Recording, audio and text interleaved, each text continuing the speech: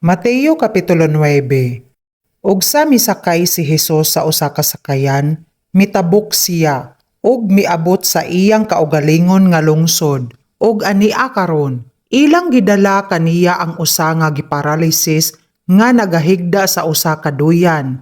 Ug sa nakita ni Hesus ang ilang pagtuo, miingon sa giparalisis, "Anak, magmalipayon ka, gipasaylo kanimo ang imong mga sala." Og ania karon, ang uban sa mga iskriba na nag-ingon sa ilang kaugalingon, kining tawhana nagapasipala.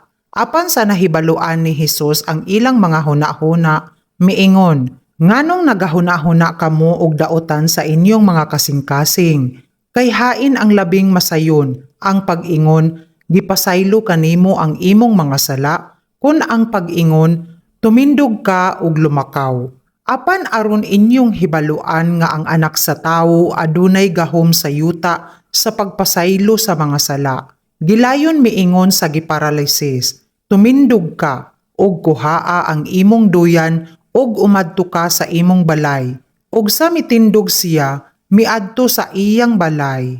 Apan sa hingkit-an kini sa katawhan, nangalisang sila, ug gihimaya nila ang Dios nga nakahatag sa ingon nga gahom sa mga tawo. Ug sa miagi si Hesus didto, hingkit-an niya ang usa ka tawo nga ginganlan si Mateo nga nagalingkod sa buhisanan. Ug iyang giingon siya, "Numunot ka kanako." Ug siya mitindog og minunot kaniya. Ug nahitabo nga sa milingkod siya sa balay niini aron sa pagkaon, ania karon, nangabot usab ang daghang mga maniningil sa buhis og mga makasasala, og na naglingkod sa pagpangaon kauban ni Hesus og sa iyang mga tinun-an. Ug sa pagkakita niini sa mga Fariseo, na nag-ingon sila sa mga tinun-an niya, "Nganong nagakaon ang inyong magtutudlo kauban sa mga maniningil sa buhis og sa mga makasasala?" Apan sa hingdunggan kini ni Hesus,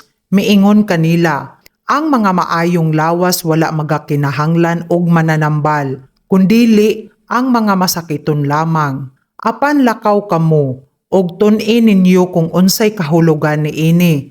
Ako nagkinahanglan og kaluoy, og dili halad, kay wala ako moanhi sa pagtawag sa mga matarong, kundili sa mga makasasala sa paghinulsol."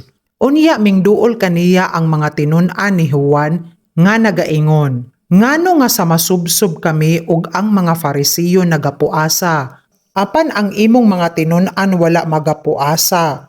Ug si Hesus miingon kanila, "Makahimo ba sa pagsubo ang mga kauban sa kaslunon, samtang ang pamanhunon anaa pa kauban nila? Apan moabot ra ang mga adlaw nga pagakuhaon kanila ang pamanhunon, ug unya managpuasa na sila. Walay bisan kinsa nga magabutang usa ka tapak nga tinabas nga bag-o gayud sa usa ka sapot nga dunot na. Kay ang tapak magabingkas sa sapot ug magadahan hinuon ang gisi. Wala usab igasulod ang bag-ong vino sa mga panit nga daan, kay niini magisi ang mga panit, ug ang vino mahayabo, ug ang mga panit mausik.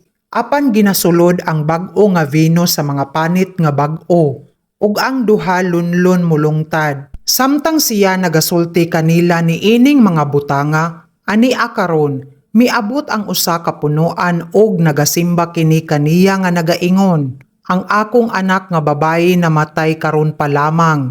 Apan umari ka tapin-i siya sa imong kamot og mabuhi siya." Og mitindog si Hesus og minunot kaniya kauban ang iyang mga tinun-an. Og ania karon, usa ka babayi nga gitalinug-an sulod na sa napulo og duha ka tuig, nga sa miduol sa likod niya mihikap sa sidsid sa iyang kupo. Kay nagaingon siya sa iyang kaugalingon, "Kung makahikap lamang ako sa iyang kupo, mamaayo ako." Apan si Hesus sa milingi og nakakita kaniya, miingon, "Magmalipayon ka, anak ko. Ang imong pagtuo nakaayo kanimo." Ug ang babayi na ayo sukad ni adtong taknaa. Ug sa misulod si Hesus sa balay sa punuan, ug nakita ang mga flautista ug ang mga tawo nga nagasaba, siya miingon kanila, "Umiway kamo, kay ang dalaga wala mamatay, kundili nagakatulog, og ilang gikataw-an siya. Og sa gipagula ang mga tawo, misulod siya og gikuptan niya ang dalaga sa kamot og mibangon kini. Og ang kabantog niini nasangyaw sa tibuok ni adtong yutaa. Og sa miagi didto si Hesus, misunod kaniya ang duha ka buta nga nagasinggit og nagaingon, "Kaluy-i kami, o anak ni David." Og sa misulod siya sa usa ka balay, na nagpanuol kaniya ang mga buta, og si Hesus miingon kanila, "Mituo ba kamo nga akong mahimo kini?" Sila nagaingon kaniya, "Oo, Ginoo." Unya iyang gihikap sila sa mga mata nga nagaingon, "Sumala sa inyong pagtuo, mao ang pagabuhaton kaninyo." Og nangabuka ang ilang mga mata.